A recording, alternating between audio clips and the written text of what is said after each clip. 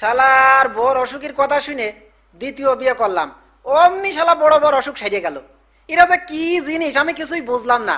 এই বড় বউ এদিকে আয়, শোন। কেন, কি হয়েছে? কি হয়েছে মানে বুঝতে পারতেছ না তাই না? ছোট বউ আমার খাটি শোনা, আমার জানে জানটু। জানে জানটু, আমি আর কিছু হতে পারি নে। হতে পারিস না মানে? ওর পেটে ছেলে হইলো, তার সাথে পাল্লা দিয়ে তুইও একটা ছেলে নিলি, আমি কি তোর কম কিছু দিছি? আরে এবার শোন, তোরা দুইজন আমার পাওয়ার জন্য তো খুব কাড়াকাড়ি করিস। এখন আমি বাজারে যাচ্ছি, বাজারেতে ঘুরে আসলি আমার হাতের ব্যাগটা যে আগে ধরবে সেই আজ আমার কাছে পাবি, বুঝলি?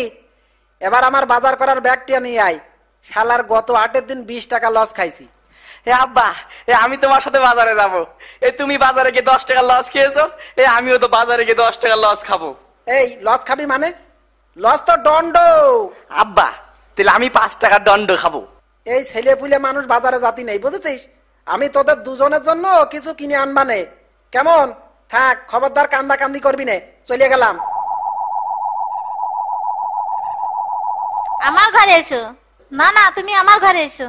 আব্বা, আমার দণ্ড দাও। ও আব্বা, আমার লস দাও। এ কি হয়েছে রে?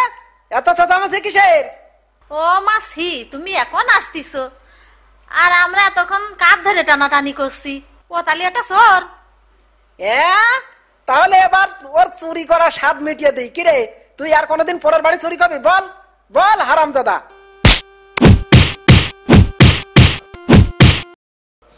আমি নাকে খড় দিচ্ছি, চুরি করবো ঠিকই, তো 2 বউওয়ালা বাড়ি আর কোনোদিন চুরি করতে ঢুকবো না।